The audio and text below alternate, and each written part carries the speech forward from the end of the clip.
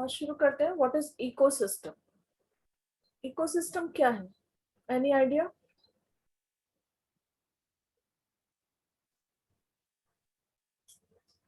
कोई आइडिया है इकोसिस्टम के बारे में कि किसे कहते हैं हम इकोसिस्टम? नहीं. चलो शुरू करते हैं. At an NCC camp that Ravi's class was attending. अब रवि के बारे में तो ऑलरेडी हमने पढ़ा था कि वो स्कूल गया था. ठीक है, ये अभी उसी के बारे में बातें चल रही हैं कि रवि's class was attending. वो एक एनसीसी कैंप अटेंड कर रहे थे. Jessie exclaimed, "What a heavy downpour! It reminds me of my home in Kerala. You should come and see how it pours and pours and pours over the lush green fields and coconut plantation." अब वो अचानक से जो जेसी थी उनके group की, वो कहती है कि वाह कितनी अच्छी रेनफॉल हो रही है यहाँ पे, बहुत अच्छी बारिश हो रही है और ये मुझे मेरे होम टाउन केरला की याद दिलाता है. ये जो इतनी बारिश हो रही है इससे मुझे अपने होम टाउन की याद आ रही है और मतलब तुम्हें वहां आना चाहिए.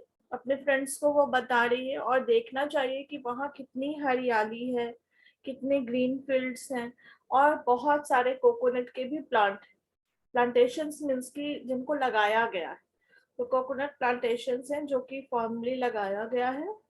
फिर हीरा जो था वो जैसलमेर से था.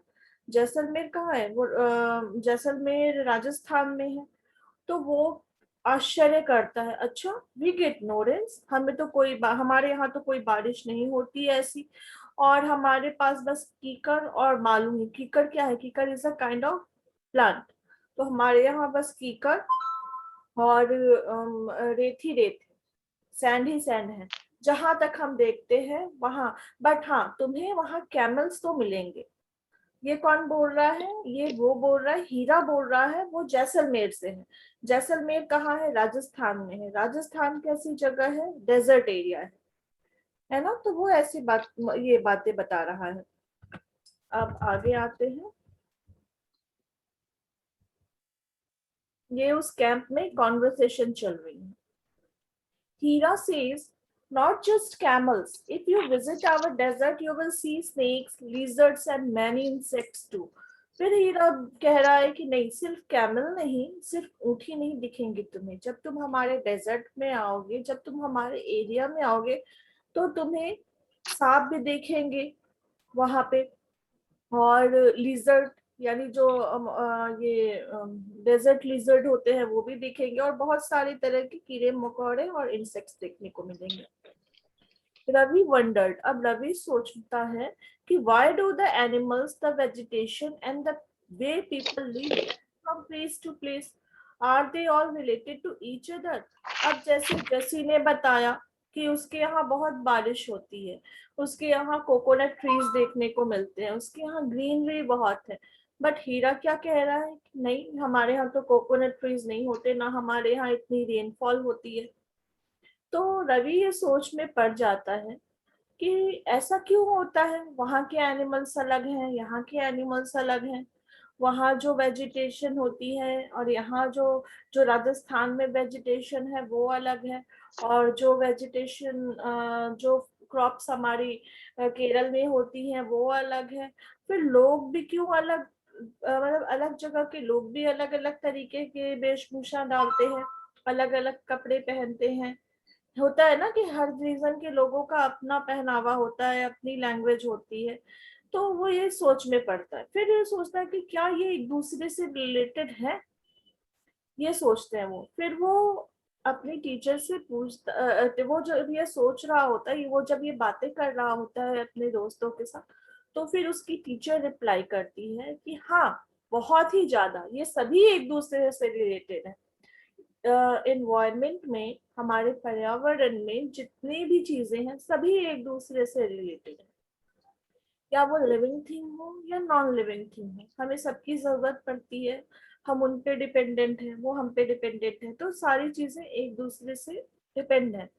All plants, animals and human beings depend on their immediate surroundings. अब क्या है कि जितने भी प्लांट्स हैं, एनिमल्स हैं और जितने भी ह्यूमन बीइंग हैं, वो आसपास के एनवायरनमेंट में जो हमारे आसपास के सराउंडिंग्स हैं, जो हमारे एनवायरनमेंट, हम उस पर डिपेंड होते हैं, हम उस पर आश्रित होते हैं। और ये क्या होता है, often they are also interdependent on each other. Even कभी कभी ऐसा भी होता है कि एक दूसरे पे भी वो डिपेंडेंट होते हैं, एक दूसरे पे भी वो डिपेंड होते हैं। This relation between the living organism as well as the relation between the organism and their surroundings form an ecosystem. अब क्या होता है कि जो लिविंग ऑर्गेनिज्म है उनका और उनके आसपास के एनवायरनमेंट का जो रिलेशन है, जैसे जो लिविंग ऑर्गेनिज्म क्या हो गए, मछली हो गई, इंसान हो गए, डॉग हो गए, जो भी हमारे आसपास प्लांट हो गए, और वो उनका रिलेशन किसके साथ है, एक दूसरे के साथ। मतलब एक लिविंग ऑर्गेनिज्म का दूसरे लिविंग ऑर्गेनिज्म के साथ और उसके आसपास के सराउंडिंग के साथ जो रिलेशंस है, जो संतुलन है, उसको हम इकोसिस्टम कहते हैं। जो संबंध है उसको हम इकोसिस्टम कहते हैं। There could be an ecosystem of large rain forest. तो हो सकता है कि इकोसिस्टम जो हो वो बहुत बड़े रेन फॉरेस्ट का इकोसिस्टम हो, जहाँ पे बारिश के कारण बहुत सारे पेड़ पौधे, मतलब बहुत ज्यादा हरियाली रहती है। Grassland, desert, mountains, lake, river, ocean and even a small pond. तो ये जो इकोसिस्टम है ये कहीं भी हो सकता है। ये या तो लार्ज रेन फॉरेस्ट में भी हो सकता है, या ये क्या कहते हैं, जो रेगिस्तान है उसमें हो सकता है, माउंटेन में हो सकता है, झील में हो सकता है, नदी में हो सकता है, छोटे मोटे तालाब में हो सकता है, या ओशियन में भी हो सकता है। किसी का भी अपना एक इकोसिस्टम हो सकता है। Do you think the park in which Ravi and his friends played formed an ecosystem? क्या जो रवि और उसके फ्रेंड जो उस पार्क में खेल रहे थे वो क्या इकोसिस्टम बनाता है? हाँ, वो भी एक इकोसिस्टम बनाएगा, क्योंकि वो उन सब में भी तो सब एक दूसरे से जुड़े हुए हैं ना।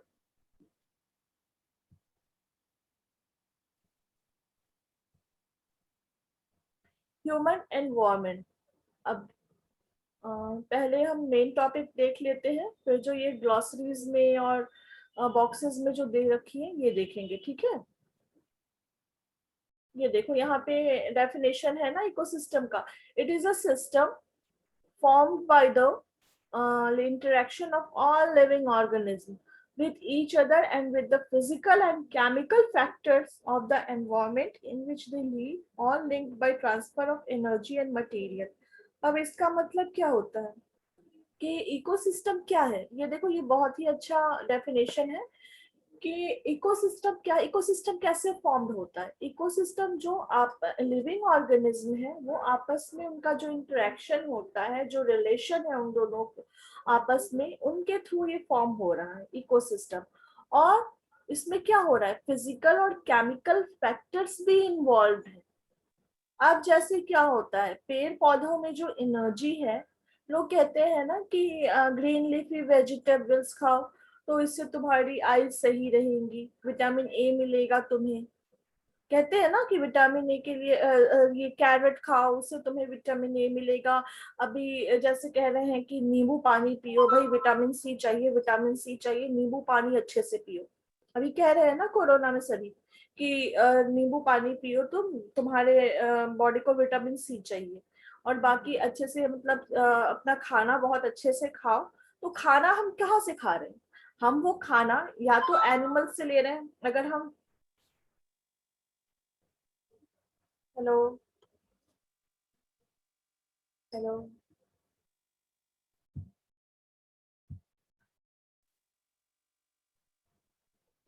जैसे जो कि फिजिकल और केमिकल फैक्टर, तो फिजिकल और केमिकल फैक्टर का मतलब क्या है? फिजिकल और केमिकल फैक्टर जैसे ये चीजें हो गई कि हम अभी जो जो भी फूड हम ले रहे हैं, जैसे हम कहते हैं ना कि विटामिन ए ज्यादा है कैरेट में, ग्रीन लीफी वेजिटेबल्स में विटामिन ए ज्यादा है। तो भाई कैसे, अगर हम विटामिन ए जो ले रहे हैं या हम एनर्जी जो ले रहे हैं, एक लिविंग ऑर्गेनिज्म से दूसरा लिविंग ऑर्गेनिज्म अगर उसे खा रहा है उसके थ्रू वो फूड ले रहा है, तो वो एनर्जी भी तो उसके साथ साथ आ रही है ना। अब अगर जैसे हमने ग्रीन लीफी वेजिटेबल्स खाया, तो उसके साथ साथ विटामिन ए आ रहा है, ढेर सारे आयरन और मिनरल्स आ रहे हैं, हमारी बॉडी को मिल रहे हैं ना। तो हाँ। ये हुआ कि एनर्जी चेंजेस तो हुआ ना, जो एनर्जी उस प्लांट में स्टोर थी, या फिर जैसे हम मीट, एग और चिकन वगैरह ये सब अगर हम कंज्यूम करते हैं, फिक्स अप करते हैं, तो हमें उससे भी एनर्जी मिलती है। हम एक लिविंग ऑर्गेनिज्म को ही ईट कर रहे हैं ना, तो हमें उसके थ्रू भी तो एनर्जी मिल रही है, उसकी प्रोटीन मिल रहा, अगर हम एग ईट कर रहे हैं तो हमें प्रोटीन मिल रहा है। वो मतलब हमने दूसरी चीज से वो एनर्जी लेके अपने अंदर डाली। तो वो फिजिकल और केमिकल फैक्टर्स ऐसे हम समझ सकते हैं कि जो एनर्जी, केमिकल एनर्जी उस चीज के अंदर थी, जब हमने उसे कंज्यूम किया तो वो एनर्जी डिफरेंट फॉर्म में हमारे अंदर भी आई। ठीक है। तो जैसे है ना कि यहाँ देखो, chemical factors of the environment in which they live all linked by transfer of energy and material। तो सभी कैसे लिंक्ड है कि ट्रांसफर ऑफ एनर्जी हो रहा है, जो चीजें उन्होंने स्टोर करके रखी थी प्लांट्स ने और एनिमल्स ने, उसने एक्सचेंज किया, उसने दिया, जो जब हमने उसे कंज्यूम किया तो हमें उसकी एनर्जी मिली, और मटेरियल भी तो हमें मिल ही रहा है उससे। हम व्हीट प्लांट से क्या ले रहे हैं, व्हीट ले रहे हैं, राइस प्लांट से क्या ले रहे हैं, राइस ले रहे हैं, मैंगो ट्री से क्या ले रहे हैं, मैंगो ले रहे हैं, तो हमने उसका मटेरियल भी कंज्यूम किया। तो ऐसे ही इकोसिस्टम में एक लिविंग ऑर्गेनिज्म दूसरे लिविंग ऑर्गेनिज्म पे डिपेंडेंट है। क्लियर है? हाँ। ओके।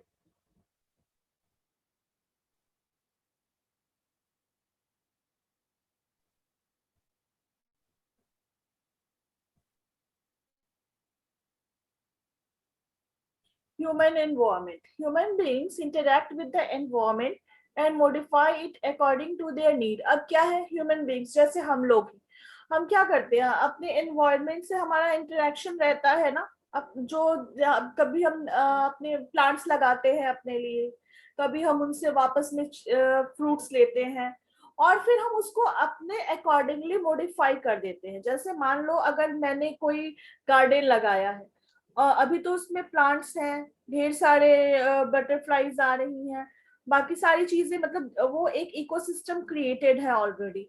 अब अगर मुझे जरूरत होगी कि उस स्पेस को, उस गार्डन को मैं यूज करूं, वहां पे मैं अपने लिए एक घर बनाऊं, तो फिर मैं क्या करूंगी, मैं उस एरिया को फिर डिस्ट्रॉय करूंगी, उसमें मॉडिफिकेशन करूंगी, उसे चेंज करूंगी। क्यों करूंगी? क्योंकि मेरा नीड है कि मैं उस जगह घर बनाऊं, ये तो मेरा नीड है। तो मैंने अपने नीड के अकॉर्डिंग उस जगह को, अब उस एनवायरनमेंट को मैंने चेंज कर दिया।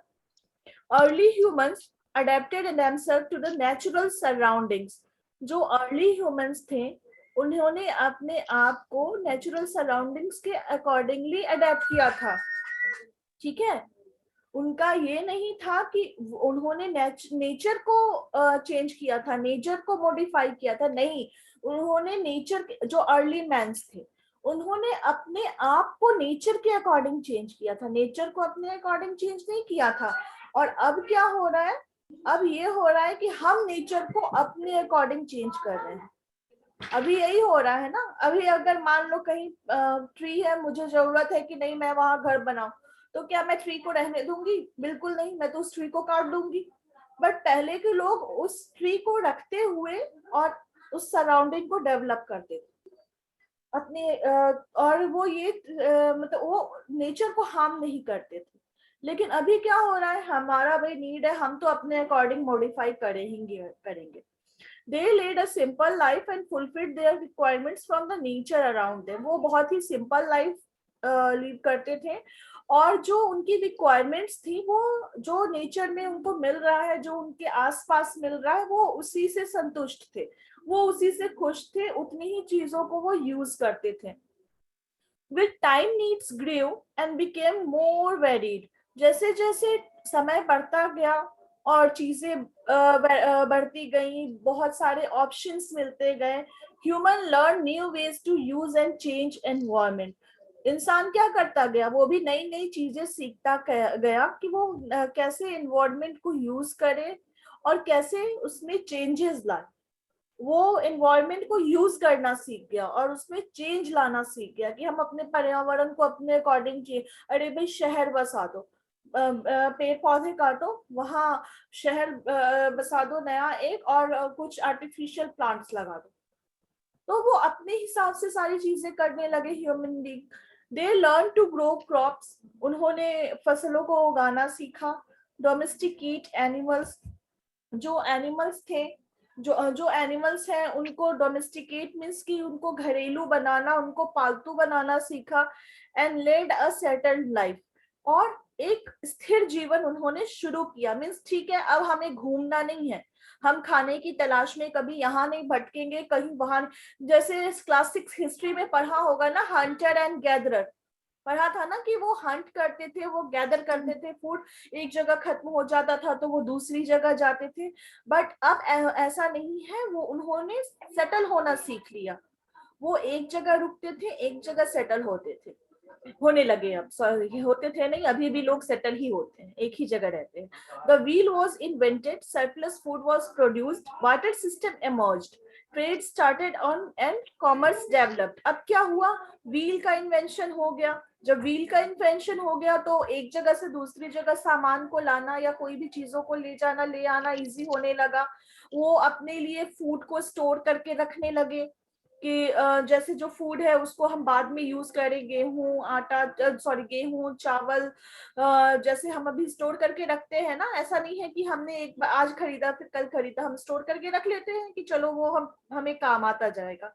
तो ऐसे ही लोगों ने ये सीखा कि वो फूड को स्टोर करके रख सके। Barter system emerged. अब बार्टर सिस्टम क्या होता है, बार्टर सिस्टम ये होता है कि ठीक है, मैं अगर मेरे पास चावल है, तुम्हारे पास गेहूं है, और तुम्हें गेहूं की जरूरत और मुझे चावल की जरूरत है, या फिर नहीं भी है तो तुम्हें गेहूं की जरूरत है, तो मैं क्या करूंगी, मैं तुम्हें गेहूं दूंगी, तुम उससे तुम्हारे उसके बदले में मैं तुमसे चावल ले लूंगी। Means exchange of goods, exchange of commodities between two person. Barter system ये होता है। ट्रेड स्टार्टेड मीन्स व्यापार शुरू हो गया। कॉमर्स डेवलप, लोग एक जगह से दूसरी जगह अपने सामान को बेचने लगे, व्यापार करने लगे, प्रॉफिट लॉस देखने लगे, तो ये सारी चीजें डेवलप होने लगी धीरे धीरे। Industrial revolution enabled large scale production. Industrial revolution means क्या, बहुत सारी इंडस्ट्रीज आ गई, बहुत सारी मशीन्स आ गए, और वो और भी ज्यादा उसके कारण प्रोडक्शन शुरू होने लगा। चाहे वो एग्रीकल्चर से रिलेटेड हो, चाहे वो कोई और सामान हो, तो इंडस्ट्रियल रिवॉल्यूशन के थ्रू ये सारी चीजों में प्रोडक्शन, मतलब बहुत ही लार्ज स्केल पे प्रोडक्शन होने लगा। ट्रांसपोर्टेशन बिकेम फास्टर, ट्रांसपोर्टेशन भी इजीली हो गया, ट्रांसपोर्ट आराम से लोग एक जगह से दूसरी जगह आ जा सकते हैं। मन हुआ तो हाँ आज दिल्ली है, कल को मन हुआ तो हाँ हम कोलकाता है ना। तो वो आराम से, क्योंकि ट्रांसपोर्टेशन, मीन्स ऑफ ट्रांसपोर्टेशन अच्छा होने लगा, तो लोग ट्रैवल करने लगे आराम से एक दूसरी जगह से दूसरी जगह, और इन अ फास्टर मोड। अब अगर मुझे बहुत जल्दी पहुंचना है, 1 घंटे में पहुंचना है किसी जगह, और सबसे कम टाइम क्या लेगा, एरोप्लेन लेगा, मैं एरोप्लेन यूज करूंगी, मेरे पास फास्टर कम्युनिकेशन है। I have the faster communication modes of communication. Information revolution made communication easier and speedy across the world. अब information revolution आया, IT revolution आया, इसमें क्या हुआ कि अभी जैसे तुम पढ़ रही हो ना, मैं पढ़ा रही हूँ, तो इसका क्या हुआ कि ये तो इंफॉर्मेशन रिवॉल्यूशन के थ्रू ही हो रहा है कि हमारे बीच में कम्युनिकेशन इजीली हो रहा है। मैं तुम्हें स्क्रीन शो कर रही हूँ, तुम मेरे स्क्रीन को देख पा रही हो, और जो हम पढ़ा रहे हैं वो तुम पढ़ पा रही हो। तो ये क्यों क्यों हुआ, इंफॉर्मेशन रेवोल्यूशन के थ्रू हुआ, क्योंकि ऐसे इजी था कि यहाँ बैठकर तुम पढ़ सको, यहाँ मैं बैठी हुई हूँ, वहां तुम बैठी हुई हो और मैं तुम्हें पढ़ा सकूं। ये पॉसिबल नहीं था पहले, लेकिन अब ये पॉसिबल है, क्यों? इंफॉर्मेशन रेवोल्यूशन के through. Have you ever thought why you love eating a juicy watermelon in summer and hot roasted peanuts in winter? अब क्या होता है कि कभी हमने ये नोटिस किया है कि हमें वाटरमेलन गर्मी में कितना अच्छा लगता है. वाटरमेलन हो गया, आम हो गया, या जो भी कूल फ्रूट हो गया जिससे हमें ठंडक मिले, वो फ्रूट्स खाकर हमें कितना अच्छा लगता है. अब अगर वाटरमेलन कोई हमें ठंड में दे कि तुम वाटरमेलन खा लो, हमें अच्छा लगेगा? हमें लगेगा अरे ये तो बेवकूफ है, बताओ हमें ठंड में वाटरमेलन खाने को दे रहा है, हम बीमारी हो जाएंगे. तो उस समय क्या अच्छा लगता है? उस समय रोस्टेड पीन, भुना हुआ चना, भुना हुआ मूंगफली. मूंगफली खाते हैं ना लोग ठंड में. तो क्यों भाई? इसलिए क्योंकि जो नेचुरल और ह्यूमन एनवायरनमेंट है उसमें बैलेंस हम क्रिएट कर सके. अब नेचुरल एनवायरनमेंट क्या हुआ कि ठंड आ गई भाई, ठंड का मौसम आ गया. ह्यूमन एनवायरनमेंट क्या हुआ कि अब जो हमने क्रिएट किया, हमें पता है कि हमें ठंड में क्या खाना है. अगर हम ठंड में आइसक्रीम खाने लगे तो क्या हम बीमार नहीं पड़ेंगे? हम पढ़ेंगे. तो हमने अपने एनवायरनमेंट को नेचर के अकॉर्डिंग मोल्ड किया. हमने ये जाना कि हाँ, ठंड में हमें आइसक्रीम नहीं खानी चाहिए, गर्मी में हम आइसक्रीम खा सकते हैं. तो perfect balance is necessary between the natural and human environment. Natural और ह्यूमन एनवायरनमेंट के बीच में परफेक्ट बैलेंस होना चाहिए. अगर परफेक्ट बैलेंस नहीं होगा तो चीजें जो है वो डिसबैलेंस होगी और हम बीमार पड़ते रहेंगे. Humans must learn to live and use their environment in a harmonious way. अब जो इंसान है उनको अपने एनवायरनमेंट को यूज बहुत ही अच्छे तरीके से करना चाहिए और पीसफुली करना चाहिए. हमें ऐसा नहीं कि अगर हमें जरूरत नहीं है और हमने पेड़ काट दिए. हमें अगर हम पहले ये कोशिश करेंगे कि अगर ये चीजें हमें मान लो अगर मुझे घर बनाना हो, जैसे अभी मैंने एग्जांपल दिया था, एक गार्डन है, वहां मुझे घर बनाना है, तो मैं ये कोशिश करूंगी कि वहां कम से कम पेड़ों की कटिंग हो, वहां कम से कम एनवायरमेंट, वहां कम से कम चीजें खराब हो, वहां कम से कम प्लांट्स को मुझे हटाना पड़े. तो पहले मुझे अपने एनवायरमेंट के लिए सोचना होगा. और मैं ये देखूंगी ठीक है भाई, मेरा 2 रूम में भी काम चल जाएगा, तो मैं 4 रूम क्यों बनवाऊं? अगर मैं 2 रूम बनाऊंगी तो मेरा और बाकी एरिया तो बचेगा ना, वहां तो प्लांट्स इजीली ग्रो होंगे, वहां तो मेरे प्लांट्स बचे रहेंगे, मेरा एनवायरनमेंट बचा रहेगा. और अगर ये ना सोचते हुए कि ठीक है भाई, नहीं भाई मुझे 4 रूम तो बनाना ही बनाना है, तो फिर मैंने तो सारा एनवायरनमेंट ही डिसबैलेंस कर दिया. मुझे जरूरत नहीं थी बट फिर भी मैंने वो चीज करी, तो इससे हमारे एनवायरनमेंट पे हार्मफुल इफेक्ट पड़ता है. Nuri, a girl from Mizoram from Ravi's class, often talks about the lush green surroundings of her place. Seeing Ravi upset at having lost his playground, Nuri invited him to visit her home state during the coming vacation. Ravi's teacher asked the students to draw the landscape, houses, and activities of the people and places they visit during the holidays. तो ये जो chapter था ये एक story के form था जिसमें कि रवि अपने क्लासमेट से इंटरेक्ट कर रहा था. तो जब नूरी ने देखा, नूरी कहाँ की रहने वाली थी? वो मिजोरम की रहने वाली थी. Mizoram is a eastern state, वो ईस्ट पार्ट में है इंडिया के, मिजोरम. तो उसने देखा कि रवि हमेशा जो ग्रीन सराउंडिंग्स थी, नूरी जो थी वो हमेशा ये बताती थी कि मिजोरम में बहुत सारी ग्रीनरी है और जो आसपास है बहुत ज्यादा ग्रीन सराउंडिंग्स है उसका. तो फिर उसने कहा कि रवि अपसेट मत हो, अगर कोई बात नहीं, प्लेग्राउंड तुमने हमारा प्लेग्राउंड खो गया है या तुमने प्लेग्राउंड को खो दिया है तो कोई बात नहीं. तुम कमिंग का समर वेकेशन में मिजोरम आना, तुम कमिंग समर वेकेशन में मिजोरम आना और वहां चीजों को देखना और हम वहां एंजॉय करेंगे. ठीक है, ये चैप्टर यहाँ फिनिश हो गया. अब जैसे ये है बार्टर सिस्टम हम देख रहे थे, है ना, यहाँ पे बार्टर सिस्टम ग्रोसरीज हमें देखना था.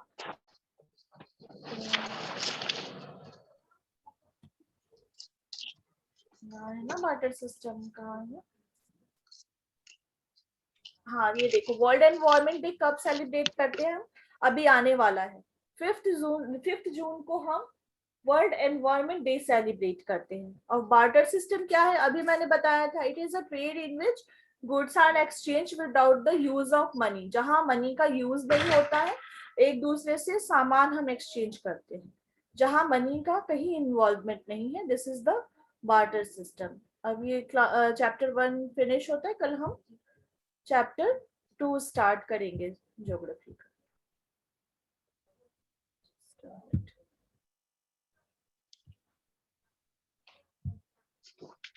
Yes, very much.